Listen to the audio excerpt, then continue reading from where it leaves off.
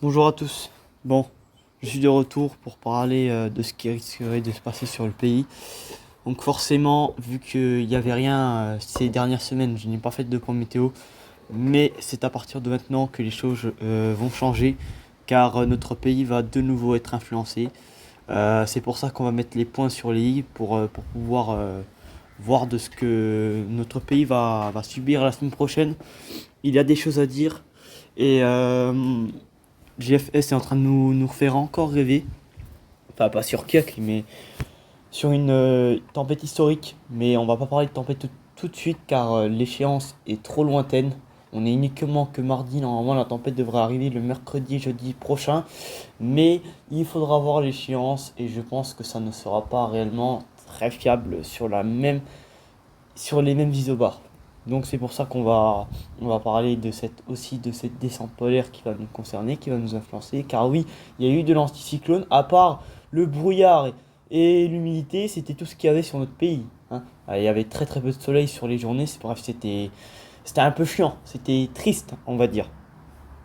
Donc maintenant, on va passer aux choses sérieuses.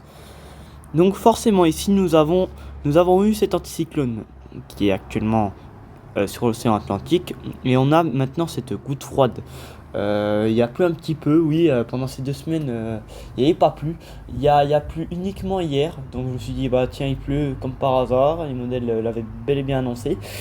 Et là, cette goutte froide va tout simplement s'émerger du côté du Portugal et elle va tout simplement descendre. Elle va rester isolée plutôt du côté Portugal-Maroc, enfin c'est côté Atlantique.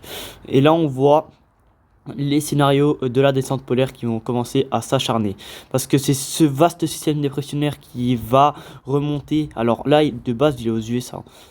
Il va remonter et s'intensifier sur le côté du Groenland. Il va tout simplement revoir vers la Scandinavie. L'Europe de l'Est va être influencée. Et là, on voit la descente polaire qui va nous influencer. Et là, on voit bien les premiers creusements. Là, il peut y avoir un creusement tempétueux pour... alors là, ça pourrait donner beaucoup de vent, hein. Ça pourrait donner du vent sur les côtes, hein. Pas plus de 200 km/h, mais ça sera à revoir sur l'échéance.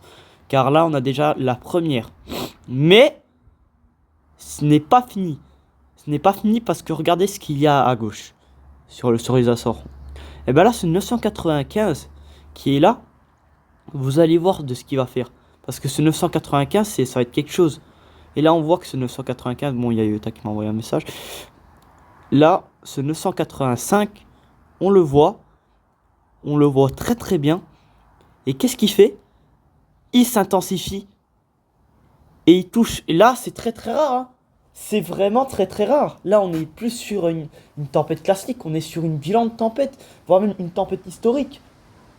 Je sais pas si vous pouvez vous rendre compte, mais si jamais si ça se produit, ça peut réellement donner quelque chose, hein, parce que regardez, moi, je suis en plein dedans, hein. Je suis en plein dedans, je suis là, moi. Alors franchement, si le Nord-Est n'a pas eu la meilleure saison, alors les orages, les tempêtes, les vents, il n'y a pas plus qu'à dire, hein. Franchement, si ça se produit le Nord-Est, oh là là, la saison qu'il pourra avoir. Pou, pou. Bref, mais ça fera à revoir parce que je pense que l'échéance va certainement bouger. Malheureusement, je pense pas qu'il y aura ça à part avoir, mais ça, le pire c'est qu'il peut y avoir une tempête de neige parce que là, la tempête, elle engouffre, elle prend non seulement la descente polaire, elle va alimenter les isobars parce qu'il y a une jet stream normalement qui alimente la tempête, ce qui est logique, et qui alimente aussi l'air froid, la condensation en pression et en dépression. Ce qui veut dire qu'il peut y avoir de la neige. Et là, ce qu'on peut dire, c'est que ça va être une violente tempête, mais une violente tempête de neige. Donc, je sais pas si on peut se rendre compte de ça, mais si jamais si ça se produit, eh ben, je peux te dire qu'on est dans la merde. En termes de dégâts naturels, je pense qu'on va être dans la merde. Et moi, c'est ce que j'espère pas.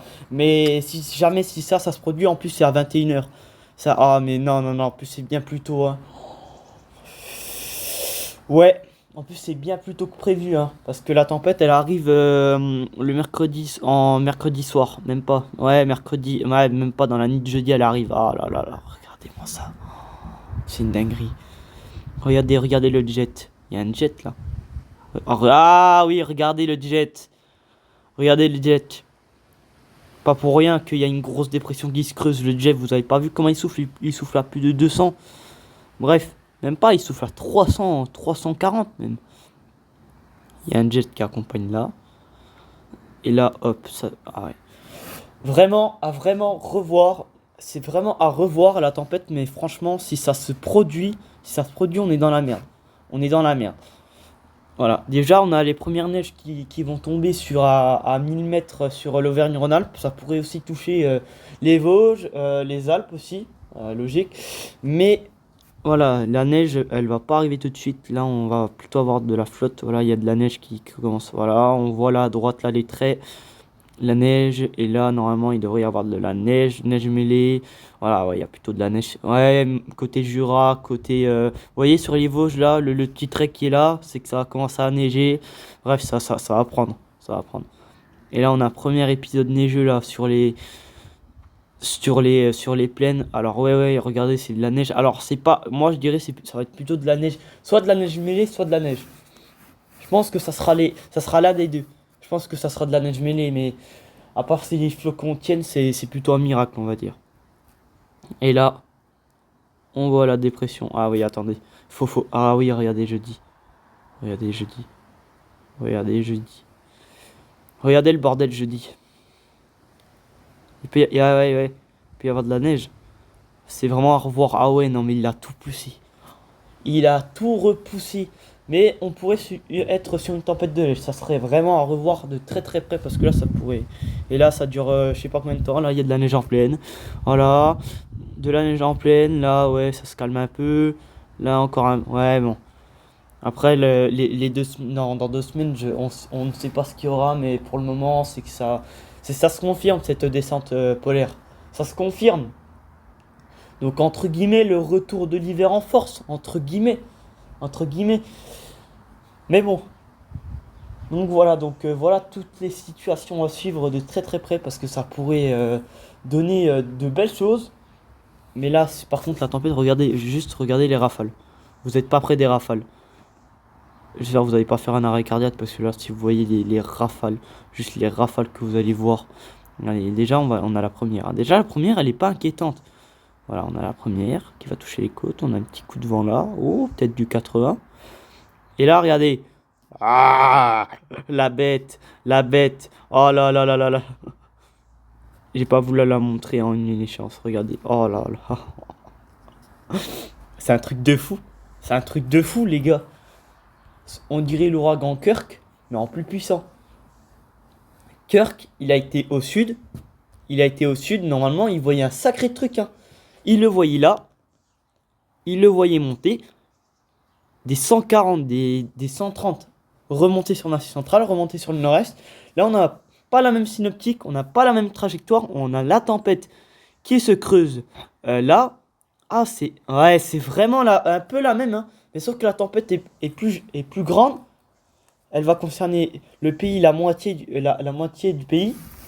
Elle va pas faire comme Kirk à remonter au sud et ça va pas toucher le nord-ouest. Elle va toucher le nord-ouest, le sud-ouest, le massif central et le nord-est. Ça pourrait même aller jusqu'aux Hauts-de-France, possiblement. Et là, on voit là. Oh, c'est une dinguerie. Par contre, le sud-est, ils prennent rien. Bon, on reverra ça parce que ce n'est vraiment pas fiable. Mais si jamais ça se produit, je vous dis pas comment on va être dans la merde en termes de dégâts matériaux ou de végétation. Parce que là, on pourrait être dans la misère et je pense que il faut le bien de tous. Voilà, comme on le dit.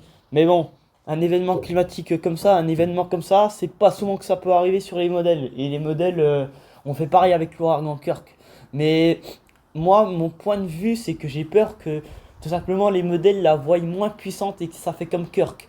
Enfin, ça me dérange pas qu'il y ait du 80 ou du 100 km/h, mais rater du 120 à 140. Je sais que c'est dangereux, vous allez me dire, oui, mais Ethan, c'est quand même dangereux, parce que c'est quand même, ça va quand même souffler fort, il va y avoir des dégâts, peut-être des blessés, et tout, ça peut endommager des toits, mais en soi, que ça se produit une seule fois, en vrai, mais ça, si jamais ça se reproduit 2 fois, moi je vous le dis, les gars, c'est qu'on a vraiment de la chance. Si jamais ça se produit en soi, pour le météorologue, ça va être bon aux yeux.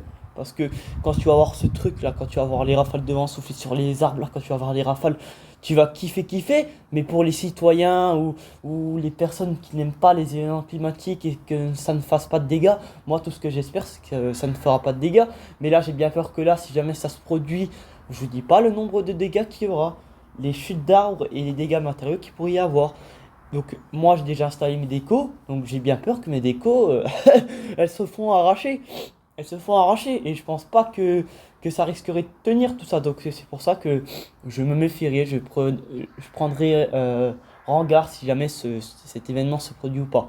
Mais de toute manière, on refera des points météo, on verra l'échéance des modèles. L'échéance des modèles va certainement bouger, ce qui est totalement logique, elle va changer.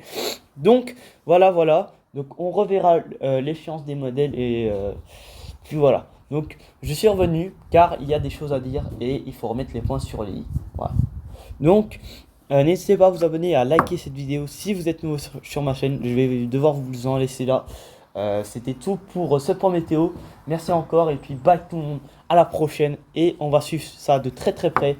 Merci encore à vous et bye tout le monde. À une prochaine fois. Ciao.